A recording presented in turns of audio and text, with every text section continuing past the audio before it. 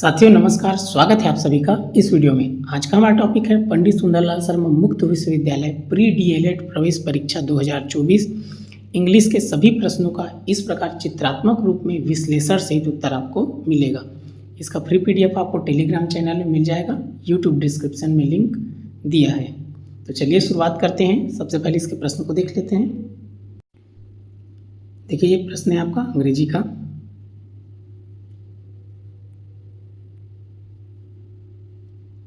यहाँ से आप देख सकते हैं इसका प्री डीएलएड 2024।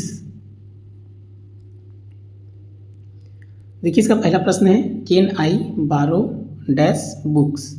4 ऑप्शन दिए, सम, एनी, फ्यू, मच। तो कौन सा आएगा उसको देखेंगे।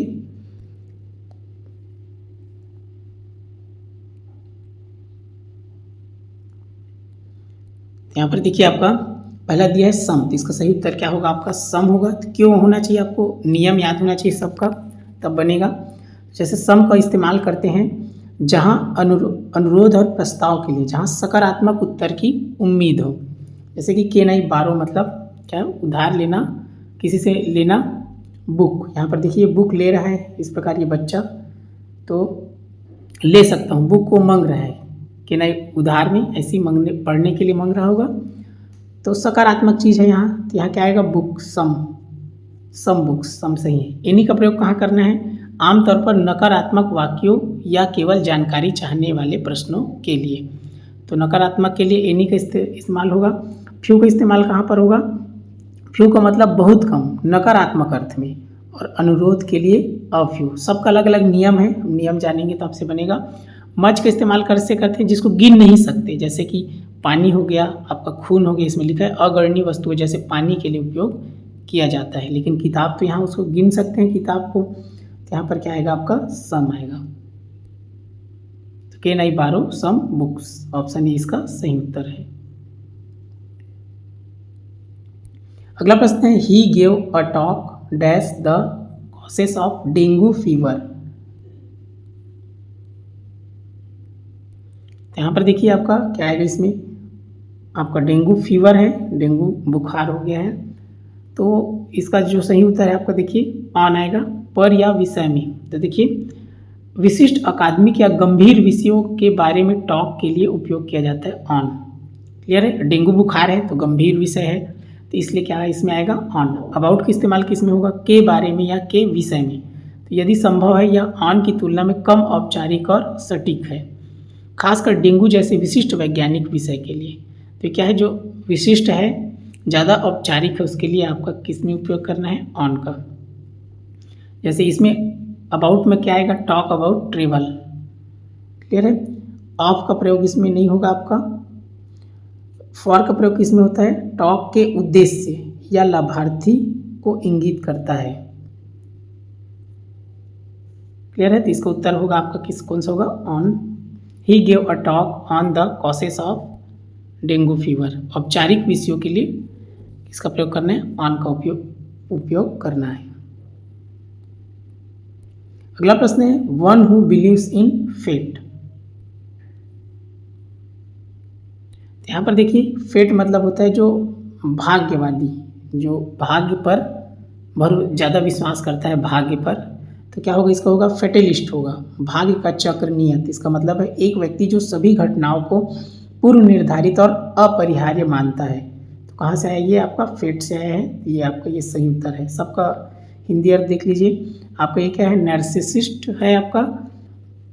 इसका मतलब होता है आत्ममोह, एक व्यक्ति जो खुद में अत्यधिक प्रशंसा और रुचि रखता है स्वयं में। फेमिनिस्ट क्या है, मतलब समानता, एक व्यक्ति जो लिंगों के समान अधिकारों का समर्थन करता है, मतलब दोनों स्त्रीलिंग पुल्लिंग दोनों के लिए समान अधिकार होना चाहिए। न्यूमिस्मेटिस्ट है, इसका मतलब होता है मुद्रा शास्त्र, एक व्यक्ति जो सिक्कों, पदकों और मुद्राओं का संग्रह और अध्ययन करता है। तो इसका सही उत्तर हो गया ऑप्शन ए, भाग्यवादी।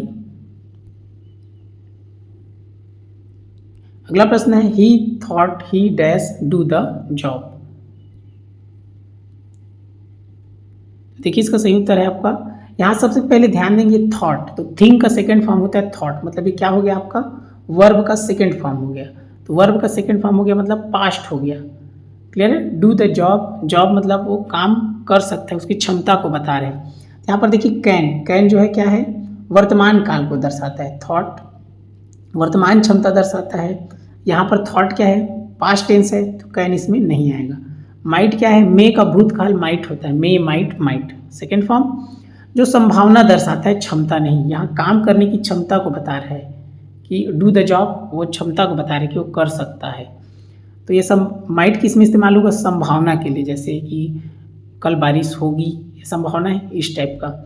तो कुड इसका सही आएगा। कैन का सेकेंड फॉर्म होता है कुड, तो कैन का भूतकाल क्या होता है, मतलब सेकेंड फॉर्म होता है कुड। तो यह भूतकाल की क्षमता के लिए पूरी तरह सही है। तो ही thought he could do the job. Should का इस्तेमाल किस में होगा, सलाह या दायित्व दर्शाता है, यहाँ फोकस क्षमता पर है। जैसे किसी को सलाह दे रहे हैं या कोई दायित्व है तो शुड का प्रयोग करते हैं। इसका सही उत्तर क्या आ जाएगा, कुड, क्योंकि सेकंड फॉर्म है, थॉट भी सेकंड फॉर्म है, तो कुड भी सेकंड फॉर्म है, तो इसमें क्या आएगा, कुड आएगा। उसे लगा कि वह काम कर सकता है। ही thought he could do the job. सबका अलग अलग नियम होता है, इसको अच्छे से जानेंगे तो आपसे बन जाएगा। अगला प्रश्न है, I can't find my glasses dash are they. यहाँ पर देखिए क्या बोल रहा है, I can't find my glasses. Find मतलब होता है ढूंढना, कांट मतलब मैं नहीं ढूंढ सकता मेरे ग्लासेस को। तो क्या हो जाएगा, वो ढूंढ नहीं पा रहा है, मतलब कहीं पर खो गया है, कहीं पर रखा होगा, मिलता नहीं है। जैसे हमें ही नहीं मिलता, कोई कहीं चाबी कहीं को जल्दबाजी में रख देते तो मिलता नहीं है। क्लियर, तो मैं नहीं ढूंढ सकता, तो कहाँ पर है, तो जिसको पता है मतलब कहाँ है। तो कहाँ को क्या बोलते हैं, वे कहाँ है। तो कहाँ मतलब क्या होता है, वेयर। वेयर मतलब कहाँ, कहाँ पर स्थित है। तो क्या है इसमें, वेयर आर दे, वे कहाँ है। हाउ का इस्तेमाल क्या होगा, हाउ मतलब कैसे, जैसे कि तरीका या प्रक्रिया पूछता है। हाउ डू आई ड्राइव, मैं कैसे मतलब कार को चला सकता हूँ, इस प्रकार, या चलाऊँगा तो कैसे हो गया, हाउ मतलब कैसे। वेन मतलब कब, कम, वेन मतलब होता है कब, समय या अवसर पूछता है। वेन इज़ द पार्टी मतलब पार्टी कब है। वाट मतलब क्या, वस्तु विचार या क्रिया पूछता है। जैसे व्हाट आर यू डूइंग, तुम क्या कर रहे हो, क्रिया पूछ रहे हैं। What is this is animal, यह जानवर क्या है। तो यहाँ पर क्या आ जाएगा आपका, वेयर आ जाएगा, मतलब कहाँ पर है उसको पूछ रहे हैं। मैं नहीं ढूंढ सकता मेरे ग्लासेस को, वे कहाँ हैं। तो इसमें क्या आएगी, I can't find my glasses where are they, तो वेयर आएगा इसमें। अगला प्रश्न है, identify the sentence in which the position of adverb is correct. मतलब इसमें 3 ठो गलत है, 1 ठो सही है। तो इस प्रकार आप देखेंगे इसको। तो यहाँ से देखिए आपका, जिसमें उस वाक्य की पहचान करें जिसमें क्रिया विशेषण का स्थान सही है। एडवर्ब बोल रहे हैं मतलब क्रिया विशेषण।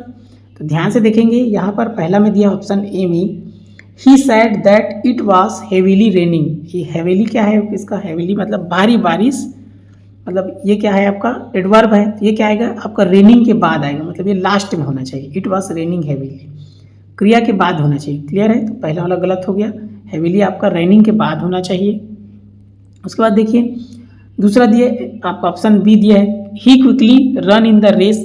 तो क्विकली जो है एडवर्ब है, तो रन के बाद आएगा, सब्जेक्ट प्लस वर्ब, उसके बाद आपका ये आएगा। क्लियर है, लास्ट में ऑब्जेक्ट आएगा, तो ये वर्ब के आपका बाद आएगा जो है एडवर्ब। क्लियर हुआ, तो ये भी आपका सही नहीं है।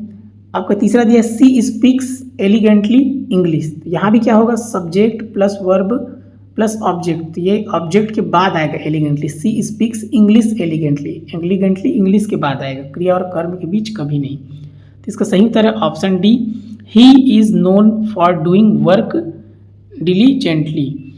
तो ये क्या आएगा आपका, देखिए सब्जेक्ट प्लस वर्ब, ऑब्जेक्ट के बाद ये आएगा आपका डिलीजेंटली, कर्म के बाद क्रिया विशेषण।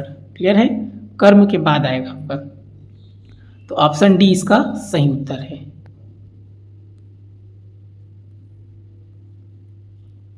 अगला प्रश्न है, she can not leave the table without dash her dinner. तो यहाँ पर आप देखिए क्या दिया है आपका, ऑप्शन दिया टू हैव, तो टू हैव विदाउट के बाद टू इन्फिनेटिव गलत है, हैविंग सही है, विदाउट के बाद जिरंड वर्ब प्लस आईएनजी सही है, बिना खाए, तो ऑप्शन बी इसका सही है। तीसरा दिया टू हैव या हैविंग, ये गलत है आपका, हैव विदाउट के बाद सीधे क्रिया का मूल रूप गलत है। तो यहाँ इसको याद रखें। देखिए, she can not leave the table without having her dinner, वह अपना रात्रि भोज खाए बिना मेज नहीं छोड़ सकती। प्रीपोजिशन के बाद जिरंड प्लस क्रिया प्लस आईएनजी का उपयोग करें। प्रीपोजिशन है विदाउट आपका, क्लियर है, तो उसके बाद क्या इस्तेमाल करना है, gerund plus verb plus ING. तो ऑप्शन बी इसका सही उत्तर है। अगला प्रश्न है, C dash to the mall yesterday. तो यहाँ पर ध्यान से देखेंगे आप, यस्टरडे का इस्तेमाल हुआ है, तो यस्टरडे क्या होता है आपका, भूतकाल होता है, क्लियर है। टुमारो मतलब आने वाला कल, तो भूतकाल है, तो याद रखेंगे गो, गोज, गोज, टू गो, ये हमेशा प्रेजेंट सिंपल में इस्तेमाल होता है, क्लियर है। पास्ट टेंस में गो का सेकेंड फॉर्म क्या होता है, वेंट होता है, गो, वेंट, गॉन, तो ये क्या हो गया आपका पास्ट टेंस है, तो इसलिए इसका ऑप्शन सी सही उत्तर है, वेंट, क्लियर है। तो ये वेंट आएगा आपका इसमें, ये इसका सही उत्तर है। वह कल मॉल गई थी। अगला प्रश्न है, यहाँ पर देखेंगे, if I were a king I dash decreased the taxes. अब यहाँ पर भी ध्यान से देखेंगे आपका, सबसे पहले वर है, तो वर क्या हो जाएगा आपका, पास्ट टेंस है, पास्ट कंटिन्यूअस है। इस प्रकार यहाँ पर आप देखेंगे तो यहाँ डिक्रीज्ड क्या है, ये वर्ब का थर्ड फॉर्म है, क्लियर है। तो यहाँ पर आपका क्या आ जाएगा, जैसे कि पहला दिया है ऑप्शन ए में विल हैव, तो विल हैव तो इसमें आएगा नहीं क्योंकि ये फ्यूचर है आपका, विल फ्यूचर सिंपल है। और यहाँ पर देखिए ये क्या आ जाएगा, विल है आपका प्रेजेंट फ्यूचर परफेक्ट है आपका, ये वाला विल है फ्यूचर परफेक्ट, ये फ्यूचर सिंपल है। वुड, इस देखिए वुड क्या हो जाएगा, सेकंड फॉर्म है, जैसे विल का वुड होता है सेकंड फॉर्म, लेकिन यहाँ वर्ब का थर्ड फॉर्म है, इसलिए वुड हैव लगेगा, क्लियर है। वुड हैव के बाद क्या लगता है, वर्ब का थर्ड फॉर्म लगता है। वुड तो आपका सेकंड फॉर्म हो गया, और यहाँ पर आपका डिक्रीज्ड क्या है, वर्ब का थर्ड फॉर्म है, तो इसका जो मेन उत्तर होगा वुड हैव होगा, क्लियर है। क्योंकि वर ये भी आपका पास्ट टेंस हो गया, तो उसका क्या होगा आपका वुड होगा, विल वाला तो होगा ही नहीं, क्योंकि वर है मतलब पास्ट टेंस, और पास्ट टेंस में हमेशा विल का वुड होता है, तो वुड वाला आएगा। उसके बाद ये वर्ब का थर्ड फॉर्म है, इसलिए वुड हैव आएगा, केवल वुड नहीं आएगा, क्योंकि वुड जो है वर्ब का सेकंड फॉर्म है, इसलिए ऑप्शन बी इसका सही उत्तर होगा, वुड हैव होगा, क्योंकि यहाँ पर डिक्रीज्ड दिया है वो वर्ब का थर्ड फॉर्म है। तो if I were a king I would have decreased the taxes, clear हुआ। देखिए इसका अंतिम प्रश्न है, it is dash hour of urgency, A in the का प्रयोग करना है इसमें। यहाँ पर आप देखेंगे ध्यान से, आपका ए का इस्तेमाल क्या होता है, अ कार, जैसे ये व्यंजन, अ हैंड, अ यूनिफॉर्म। अ के बाद एन का प्रयोग हमेशा एन के बाद हिंदी में स्वर होना चाहिए, जैसे एप्पल, एप्पल, ए एप्पल ऐसे लिखते हैं, तो अ से लेकर अह तक होना चाहिए ए, तो एन एप्पल, हिंदी में स्वर होना चाहिए मतलब एन। जैसे ऑरेंज, एन ऑरेंज, ऑरेंज मतलब आ आएगा, आ स्वर है हिंदी में, तो एन। वैसे H O U R, H इसमें साइलेंट रहता है आपका, एच साइलेंट रहता है, तो इसको क्या पढ़ते हैं, आवर पढ़ते हैं, ध्यान दें क्या पढ़ते हैं, आवर। आ गया मतलब ये क्या है, स्वर है, तो हिंदी में स्वर होना चाहिए, एन अगर हिंदी में स्वर है तो उसके पहले हमेशा एन लगेगा, क्लियर हुआ। जैसे इसमें कार, तो का क्या है, क तो नहीं है, अ से अह तक स्वर होता है, तो क व्यंजन है इसलिए ए लगा। हैंड, हैंड ये ह हो गया। यूनिफॉर्म, ध्यान से देखेंगे यूनिफॉर्म, यू एन आई लिखा है ना, तो यूनी य, अंग्रेजी का मत देखना, अंग्रेजी का ए ई आई ओ यू नहीं देखना है ना, अंग्रेजी का स्वर, तो ये क्या है यूनिफॉर्म, य आ गया, य र ल व, तो ये व्यंजन है इसलिए यूनिफॉर्म में ए लगेगा, क्लियर हुआ। इसलिए इसमें ए लगा है, इसमें आवर, इसलिए एन, तो ऑप्शन बी इसका सही उत्तर है, it is an hour of urgency. तो इसी प्रकार के वीडियो के लिए बिंदास लर्नर चैनल से जुड़े रहिए। इस वीडियो को ध्यानपूर्वक देखने के लिए आपका दिल से धन्यवाद।